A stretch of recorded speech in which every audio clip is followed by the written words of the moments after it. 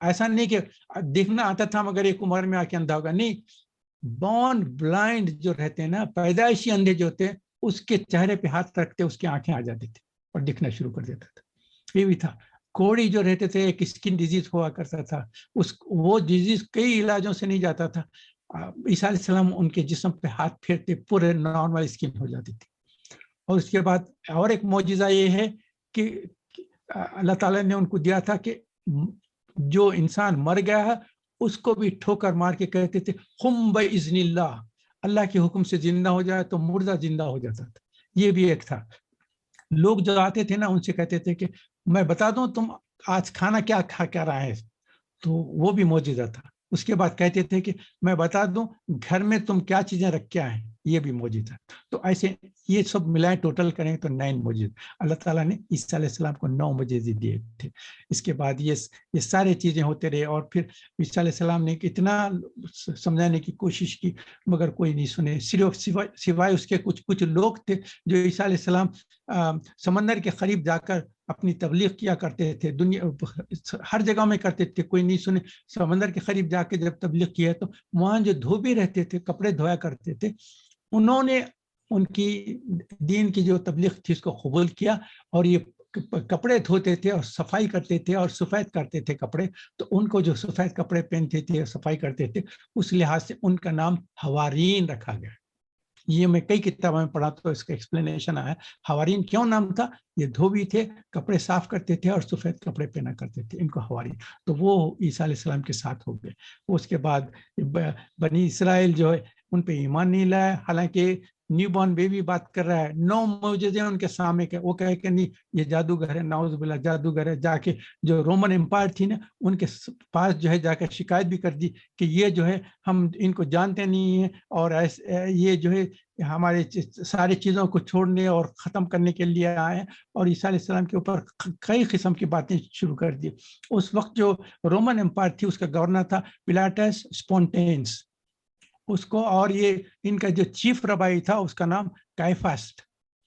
تو انہوں نے کوشش کی کہ کیسا، مگر عیسیٰ علیہ السلام جو ہے اکثر جو ہے تبلیغ کرتے تھے، اس کے بعد چلے جاتے تھے، اور وہ یہ چاہتے تھے کہ ان کو پکڑیں اور ان کو جو ہے سلی پہ چڑھائیں. اس کی ساری کوشش کرتے رہے تو مگر اس میں نہیں آیا. تو ان کے جو حوارین تھے وہ ان کو بھی کانٹیکٹ کر کے انہوں نے کہا کہ ہم چاہتے ہیں کہ کسی صورت سے آپ جو ہے ہماری بات مان لیں، اور عیسیٰ علیہ السلام کہاں رہتے ہیں ہم کو بتائیں تاکہ ہم ان کو اریسٹ کریں گے. ان کو پیسے دینے کی کافی لالچ دی. انہوں نے کہا کہ نہیں، ہم نہیں سنتے. سوائے ایک آدمی تھا ان میں سے جو حوارین میں سے، وہ جو نیا اس وقت ایمان لایا تھا اور وہ بھی جو ہے کچھ ضرورت مند تھا، تو وہ پیسوں کی لالچ میں آ گیا. اس کا نام تھا جوڈیس اسکینیرس. اس نے کہا کہ میں بتا دوں گا. تو اس پہ ایک مرتبہ جب عیسیٰ علیہ السلام ایک جگہ گئے، وہاں جا کے کمرے میں ٹھہر گئے، اور ان لوگوں کو پتہ رہتا تھا حوارین کو کہ آج کہاں رہیں گے عیسیٰ علیہ السلام، کہاں ملیں گے، کہاں بات چیت کریں گے. تو جب پتہ چل گیا تو وہ جو یہودی جو تلاش میں تھے ان کو عیسیٰ علیہ السلام کو پکڑنے اور سلی پہ چڑھانے ان کو انہوں نے کہا، اس نے کہہ دیا کہ میں اس جگہ جانے والے ہیں، میں ساتھ چلوں گا، مگر سارے حوارین رہتے ہیں. تو کہا کہ ہم کیسا پتہ چلیں گے عیسیٰ کون ہے، تم سارے لوگ ایک ساتھ ایک کپڑے پہنے ہوئے رہیں گے. تو وہ کہا کہ جب سارے حوارین مل کے ہم ماسٹر ہمارے آقا جس کو بنیں گے نا وہ عیسیٰ علیہ السلام ہے. تو کہا کہ اچھی بات ہے. تو سارے جو ہے رومن امپائر کے جو فوجی تھے ان لوگوں کو بھی لے کر آ گئے، اور یہودی سارے جمع ہو گئے، اور ان کا چیف ربائی بھی جمع ہو گیا، اور اس کو جوڈاس اسکاریاس کو بھیجا کہ جاؤ تم جاؤ. تو اس نے کہا کہ تم تھوڑی دور پہ ٹھہرے رہو، میں جاتا ہوں. جا کے وہ جب دیکھا کہ کمرے میں عیسیٰ علیہ السلام ہے، دیکھ لے کے آ کے عیسیٰ. تو اللہ تعالیٰ کا یہاں کیا ہوا آپ کو پتا، مکر اللہ واللہ خیر الماکرین. تم اپنے لحاظ سے کچھ کام کرنا چاہتے ہیں مگر اللہ تعالیٰ اپنا کرتا ہے. تو اللہ تعالیٰ نے کیا کیا، عیسیٰ علیہ السلام کو جو ہے چھت شق ہو گئی، اور عیسیٰ علیہ السلام کو زندہ اللہ تعالیٰ نے اٹھا لیا. اور یہ جوڈاس جو گیا تھا اللہ تعالیٰ نے اس کی شکل عیسیٰ علیہ السلام کی کری. تو جب جیسے ہی یہ کمرے سے نکلا ہے تو سارے وہ بنی اسرائیل دیکھ رہے تھے کہ کیا ہو رہا ہے. دیکھے تو کیا ہے، ایک شخص کمرے سے باہر آیا ہے، اور آتے سارے جتنے وہاں حوارین تھے ماسٹر ہمارے آقا پکارنے لگے. تو فوری جا کر اس کو پکڑ لیا. پکڑتے یہ کہہ رہا ہے کہ دیکھو تم سے غلطی ہو گئی، میں ایسا نہیں ہوں، میں نہیں ہوں، تم لوگ غلط فہمی کر رہے ہیں مگر انہوں نے کہا کہ تم کہاں غلط فہمی، وہ جوڈاس کا تو شکل الگ تھی یا تو دوسری شکل، لہٰذا کہ جو سولی دی گئی ہے یہ جوڈاس کو دی گئی، اور عیسیٰ علیہ السلام کو اللہ تعالیٰ نے زندہ اٹھا لیا، اور قیامت سے پہلے اللہ تعالیٰ ان کا پھر نزول کرے گا۔ یہ ہمارا ایمان ہے، اور ہم کو حضور اکرم صلی اللہ علیہ وسلم کے کئی احادیث ہے نزول عیسیٰ کے واسطے ہے، سیکنڈ کمنگ آف کرائسٹ جیسا سارے سبھی لوگ ٹھہرے ہوئے انتظار، اہل کتاب بھی ٹھہرے ہوئے ہیں، کرسچن بھی ہے، جوز بھی کہہ رہے ہیں کہ the promised Messiah has to come، وہ بھی انتظار میں، اور ہم کو تو پتا ہے کہ عیسیٰ علیہ السلام آ چکے تھے اور پھر اللہ تعالیٰ نے اٹھا لیا، اور دوبارہ انشاءاللہ وہ آنے والے، ہم انتظار میں ہیں۔ یہ عیسیٰ علیہ السلام کے تعلق سے بیان کرنا تھا، اور اللہ تعالیٰ نے ان کو عیسیٰ علیہ السلام کو پھر دوبارہ نازل۔ اب ایک فرقہ شروع ہو گیا ہے جو وہ نعوذ باللہ کہتے ہیں کہ وہ غلام احمد جو ہے وہ پہلے تو نبوت کا دعویٰ کی، پھر اس کے بعد یہ کرے، اس کے بعد کہا کہ نہیں میں کہتا ہوں کہ اللہ تعالیٰ نے جب پہلی مرتبہ عیسیٰ علیہ السلام کی تخلیق کی تھی بغیر باپ کے کی، تو دوبارہ جب وہ ہمارے پاس آ رہے ہیں تو ان کو ایک مدر اور فادر کی کہاں سے ضرورت پڑ گئی؟ تو دوبارہ جو آئیں گے وہ تو فرشتوں کے پروں پہ ہاتھ رکھ کے اتر کے آئیں گے، دمشق کی سفید مینارے کی مسجد پہ آئیں گے، اور وہاں سے جو ہے امام مہدی بھی رہیں گے، وہ فجر کی نماز ہوگی، وہ سارے تفصیلات ہمیں اس پہ تفصیل میں نہیں جانتا، مگر یہ بیان کر دینا چاہتا ہوں کہ عیسیٰ علیہ السلام کے تعلق سے یہ ہونے والا ہے۔ تو آپ ایک مریم کے تعلق سے بیان کر دیا، عیسیٰ علیہ السلام کے تعلق سے کچھ بیک گراؤنڈ بیان، میں صرف پوائنٹ بیان کر دے رہا ہوں آپ کو۔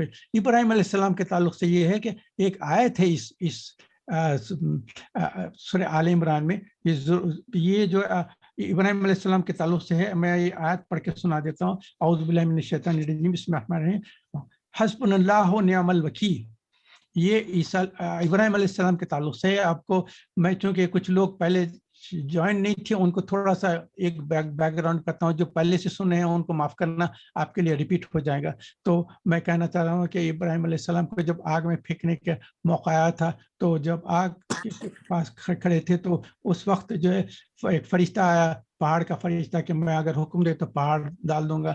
پانی کا فرشتہ آیا، ہوا کا فرشتہ آیا، خاموش رہے۔ پھر جبرائیل علیہ السلام آ کے پوچھے کہ یہ فرشتوں نے آپ سے کہا آپ نے کسی کی مدد نہیں؟ انہوں نے کہا کہ جبرائیل کہ اللہ تعالیٰ اس وقت دیکھ رہے ہیں؟ انہوں نے کہا بالکل اللہ دیکھ رہے ہیں، سمیع العلیم۔ انہوں نے کہا کہ جب اللہ تعالیٰ دیکھ رہا ہے اور سن رہا ہے تو مجھے کسی فرشتے کی ضرورت نہیں، اللہ میرا خلیل ہے، مجھے بچا دے گا۔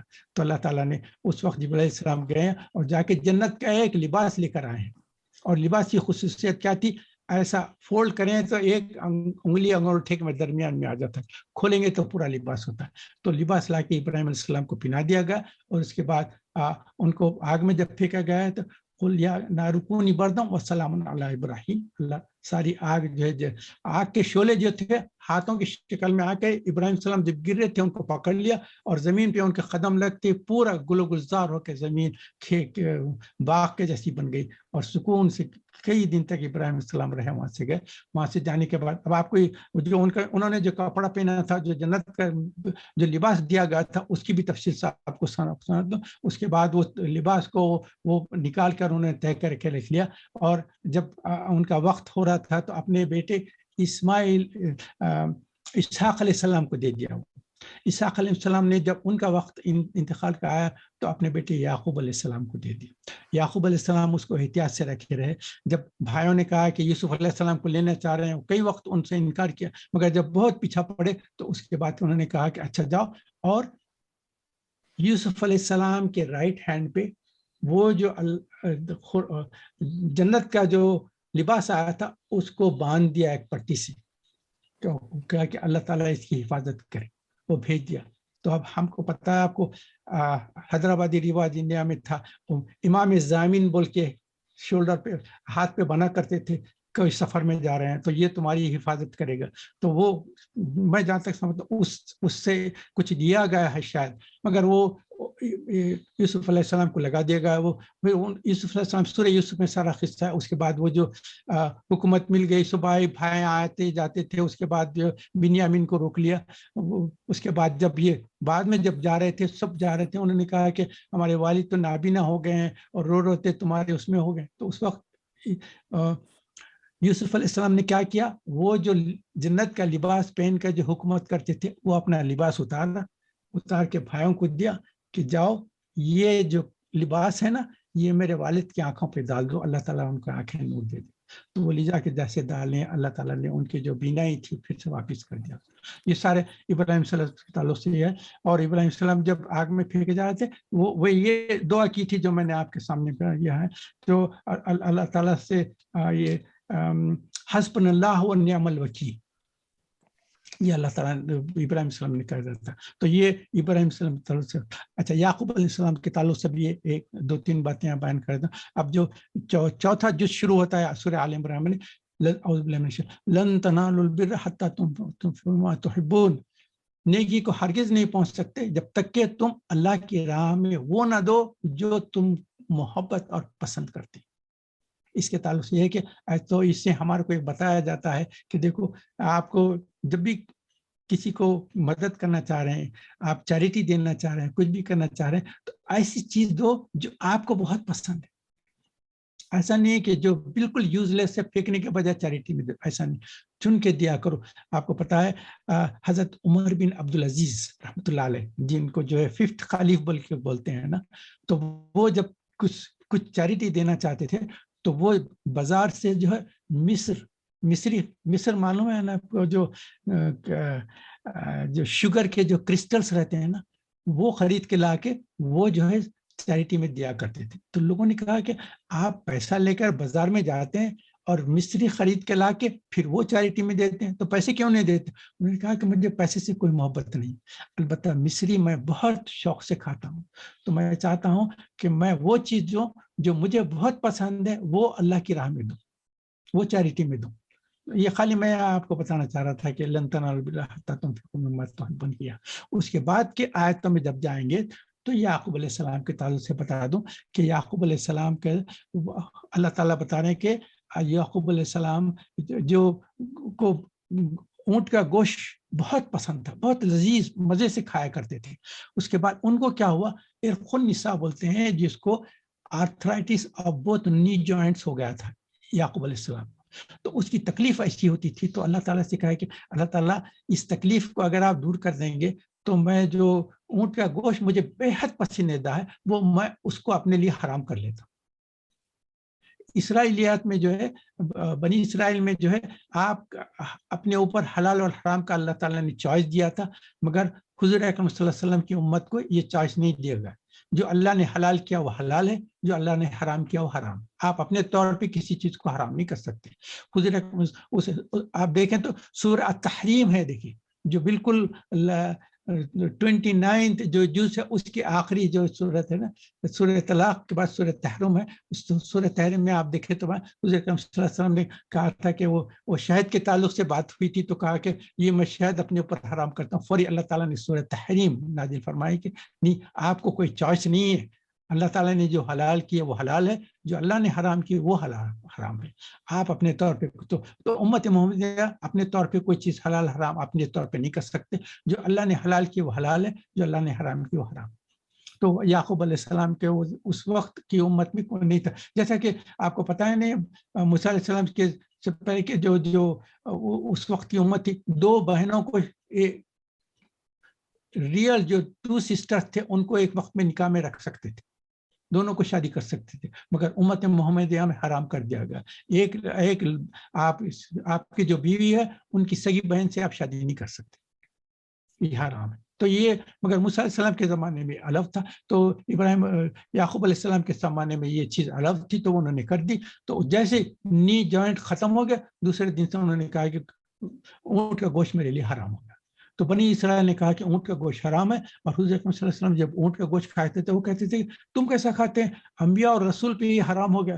تو اللہ تعالیٰ نے لن تنالوا البر حتی تنفقوا کے بعد کے جو آیتیں جائیں گے نا, اس میں اللہ تعالیٰ بتاتے ہیں کہ یہ حرام نہیں کیا گیا تھا, یہ یعقوب علیہ السلام نے اپنے اوپر حرام کر لیا تھا, امت کے اوپر حرام نہیں کیا تھا. تو یہ یعقوب علیہ السلام کا بھی قصہ تھا, میں بتا دینا چاہتا ہوں. اچھا, اس میں 2-3-4 پوائنٹس اور میں بیان کر دیتا ہوں. تو حضور اکرم صلی اللہ علیہ وسلم کا نام ہے اس سورہ آل عمران میں آیا ہے, اعوذ باللہ من الشیطان الرجیم وما محمد الا رسول قد خلت من قبلہ الرسل. یہ بھی آیت آئے. یہ آپ جب رکوع میں پڑھتے جائیں گے تو یہ آیت آئے گی. اس کے بعد سب سے بڑی چیز آپ کو ایک بیان کر دوں میں, آپ کو سن کر یہ خوشی ہوگی کہ آپ کیا چاہتے ہیں. آپ اللہ سے محبت کرنا چاہتے ہیں تو اللہ تعالیٰ کہتے ہیں اے بندو, اے امت محمدیہ, تم میرے سے محبت کرنا چاہتے ہو, میں اس سے ایک اونچی بات بتا دوں, کیا تم نہیں چاہتے کہ اللہ تم سے محبت کرے؟ وہ تو بڑا مقام ہوگا نا. ہم اللہ سے محبت کرنا چاہتے ہیں اور اللہ کہتے ہیں کہ اس سے بڑھ کر مقام بتا دو, میں تم سے محبت کروں. اللہ تعالیٰ وہ آیت اس آل عمران میں, قل ان کنتم تحبون اللہ فاتبعونی یحببکم اللہ. تم اللہ سے محبت کرنا چاہتے ہیں حضور, آپ بتا دیجیے اپنی امت کو, تم میرا اتباع کرو. حضور اکرم صلی اللہ علیہ وسلم جو بات کریں نا اس کا اتباع کرو. تم اگر کریں گے تو اللہ تم سے محبت کرے.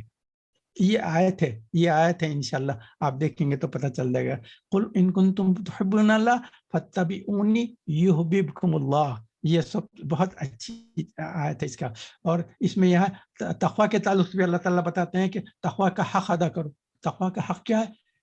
حضرت عبداللہ بن مسعود رضی اللہ تعالیٰ عنہ حضور اکرم صلی اللہ علیہ وسلم سے پوچھا کہ تقویٰ کا حق کیا؟ حق تقاته ولا تموتن الا وانتم مسلمون. یا ایھا الذین آمنوا اتقوا اللہ حق تقاته ولا تموتن الا وانتم مسلمون. تقویٰ کا حق ادا کرو.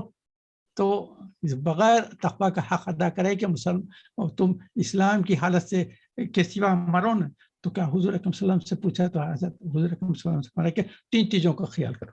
غور سے سنیے 3 چیزوں کا. اللہ کو ہمیشہ یاد رکھو, اللہ کو نہ بھولو, نمبر 1. نمبر 2 کہ اللہ کی عبادت کرو, اللہ تعالیٰ کی نافرمانی نہ کرو. نمبر 3 اللہ کا شکر ادا کرو, اس کی ناشکری نہ کرو. یہ 3 چیزوں پہ اگر پابند رہیں گے تو تم اللہ کا جو تقوی کا حق ہے وہ تقوی کا حق ہے. اس کے بعد اللہ تعالیٰ بتاتے ہیں کہ جو اللہ تعالیٰ نے جو تم کو رسی دی ہے اس کو تھامے رکھو اور تفرق نہ کرو. وہ کیا رسی کیا ہے؟ وہ رسی القرآن الکریم ہے. اس میں جو ہدایتیں تھے ان کو فالو کرتے رہو, اس پہ چلتے رہو. یہ بہت اہم چیزیں ہم کو جو بتائے گئے. اور آخری جو آیت ہے نا اس کے تعلق سے بھی غور و فکر کرو. آخری آیت کیا ہے جو آپ کے سامنے پڑھ دیتا ہوں. اس میں سالے ربنا ربنا ربنا اعوذ باللہ من الشیطان الرجیم بسم اللہ الرحمن الرحیم ان فی خلق السماوات والارض واختلاف الليل والنهار لآیات لأولی الالباب الذین یذکرون اللہ قیاما وقعودا وعلی جنوبہم یتفکرون فی خلق السماوات والارض. بیٹھے کھڑے اور لیٹے فکر میں رہتے ہیں کہ اللہ تعالیٰ نے کیسی دنیا بنائی ہے. کبھی غور کیا آپ نے دنیا کیسی ہے, کیسے بنائے؟ آپ کو پتا ہے ایک انار کو آپ لے کر اس کو کٹ کر کے اس کے دانے نکال لیں. نکال لینے کے بعد اب آپ کو میں 1 منتھ کا ٹائم دیتا ہوں. وہ جیسے نکالے تھے اس کو 100% ویسی جمع کے آپ پھر اس کو کلوز کر کے بتا دو مجھے. کر سکتے ہیں؟ تو یہ دیکھیے کیسے خدا. اچھا, یہ آپ کے جتنے بہترین میوے کے جھاڑ درخت ہیں نا, ایک آم کے درخت کی مثال دے دیتا ہوں. ایک آم کا درخت ہے نا, پیڑ ہے نا, اس کے آم کے درخت کے پیڑ کے آپ اطراف سے 1 میٹر کے اطراف جو ہے زمین کو کھودیں. جتنا ڈیپ جاتے ہیں کھودیں. کھود کے اس کا سارا جتنی زمین ہے اس کو نکال کر کیمیکل انالیسس کر دیں. اس میں کوئی کلر کہاں چھپا ہے دیکھو, اس میں شوگر کہاں ہے دیکھو. اب آپ اس جگہ کھود کے اگر 1 کلو 10 کلو شوگر بھی ڈالیں گے تو اس سے جو مٹھاس آ سکتی ہے وہ بغیر اس کے کسی قسم کی شوگر ڈالے کے, کسی قسم کی مٹھاس ڈالے کے, اس مٹی سے جو روٹس سک کر کے لاتے ہیں اس میں بہترین آم بنتا ہے.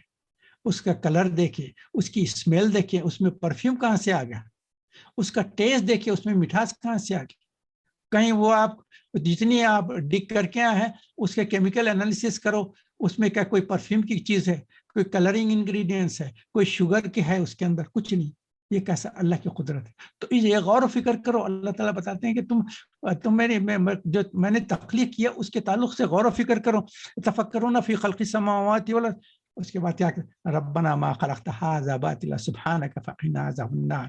اس کے بعد ربنا انک من تدخل النار فقد اخذیتہ وما للظالمین من انصار. اللہ تعالیٰ ہم جہنم سے آپ کی اور نار سے آپ کی پناہ میں آتے ہیں. ربنا اننا سمعنا منادیا ینادی للایمان ان آمنوا بربکم فآمنا.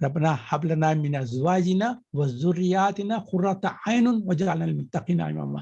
اللہ ہماری اولاد کو بھی نیک توفیق دے، ان کو ہدایت کے راستے پر، اور ہمارے آنکھوں کی ٹھنڈک بنا دے. آنکھوں کی ٹھنڈک کب ہوتی ہے؟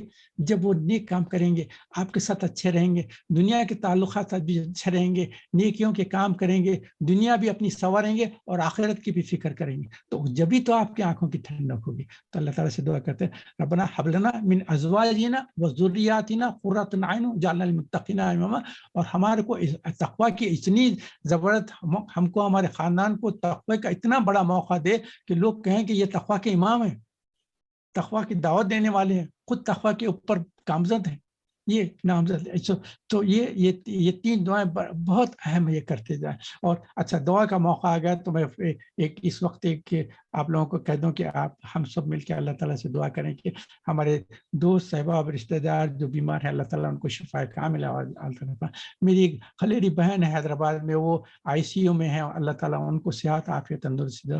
اور ہمارے دوست جو ہمیشہ ہماری محفل میں آیا کرتے تھے، سراج جو ہے، ان کی بھی طبیعت ٹھیک نہیں ہے ہاسپٹل میں. اللہ تعالیٰ سے دعا کر ان کو شفا کامل اور عاجل عطا فرما. اور اپنے جتنے دوست احباب رشتہ دار ہیں جو بیمار ہیں، اللہ تعالیٰ ان کو شفا کامل اور عطا فرما. جو پریشان ہیں ان کی پریشانی کو دور فرما. جو قرض دار ہیں ان کو قرضوں سے نجات دے. جو ہر قسم کے جتنے جائز دعائیں کر رہے ہیں، اللہ تعالیٰ ان سب کے جائز مخاطب کو اور دعاؤں کو قبول فرما لے. اللہ تعالیٰ ہم کو توفیق دے اور ہدایت کے ہمارے لیے فیصلے فرما دے.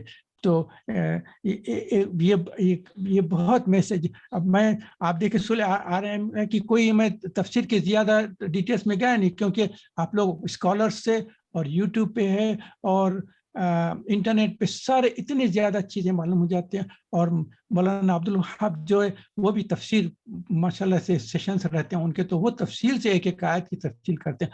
میرا کام یہ ہے کہ وہ اسکالرس کا پوزیشن میرا نہیں ہے، میں تو صرف ایز اے طالب علم جو مجھے سمجھ میں آ گیا وہ ایک جسٹ آپ کو جیسا بولتے ہیں وہ بیان کر دیا.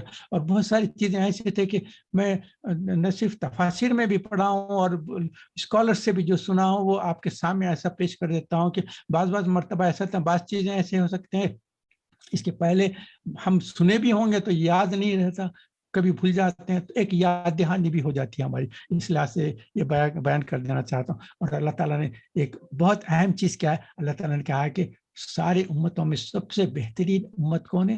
حضور اکرم صلی اللہ علیہ وسلم کی امت ہے. وہ آیت نمبر ہے 110. اللہ تعالیٰ نے بتایا کہ تم جو ہے بہترین امت ہو. یہ اور اس کے تعلق سے میں آج بھی پڑھتا ہوں، اعوذ باللہ من الشیطان الرجیم، کنتم خیر امت اخرجت للناس تأمرون بالمعروف وتنہون عن المنکر وتؤمنون باللہ. تم بہترین امت ہو. اللہ تعالیٰ نے ہم کو زبردست اعزاز دیا ہے کہ ساری امتوں میں ہمارے کو امت محمدیہ کو سب سے بلند ترین امت کا ہے.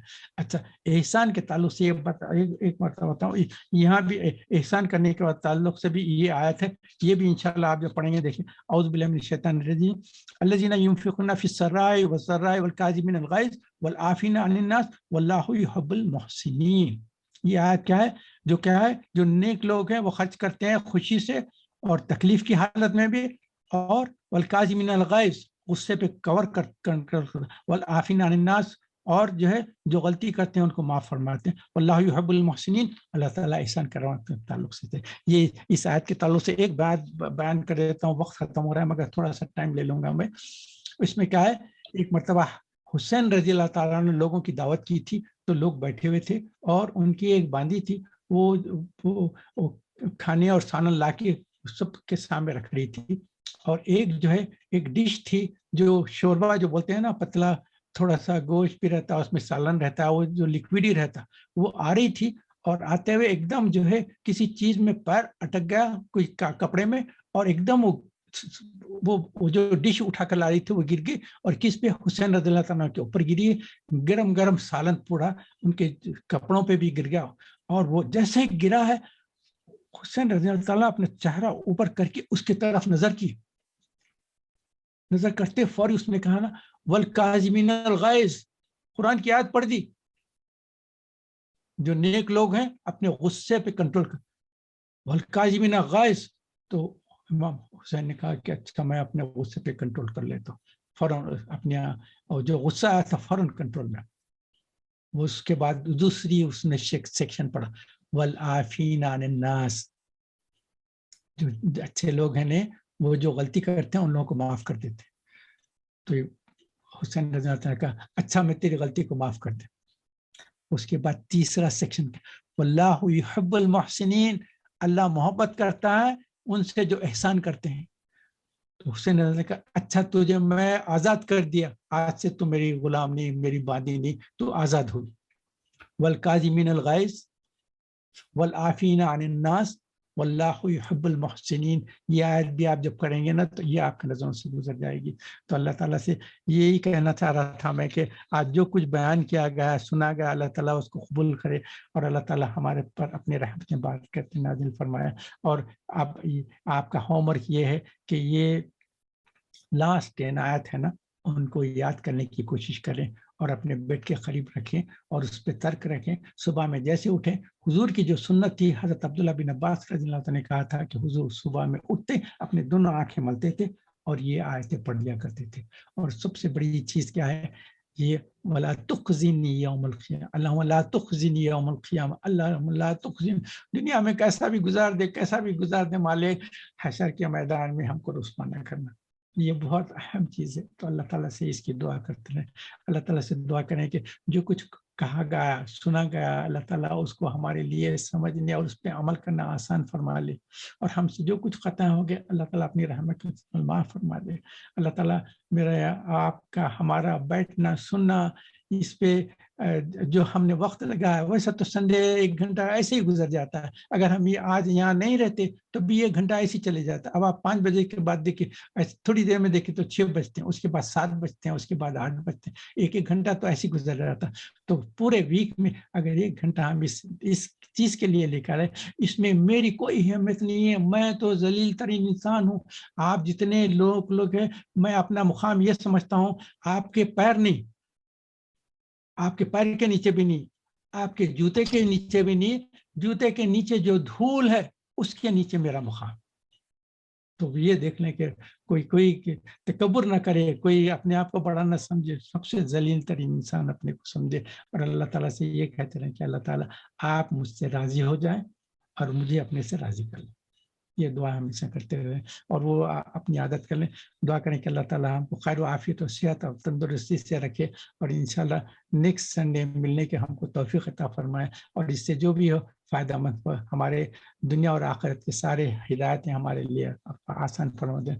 سبحانک اللہم و بحمدک، نشہد ان لا الہ الا انت، نستغفرک و نتوب الیک. اللہم صلی علی محمد وعلی آل محمد کما صلیت علی ابراہیم وعلی آل ابراہیم انک حمید مجید. السلام علیکم ورحمۃ اللہ وبرکاتہ. جزاک اللہ.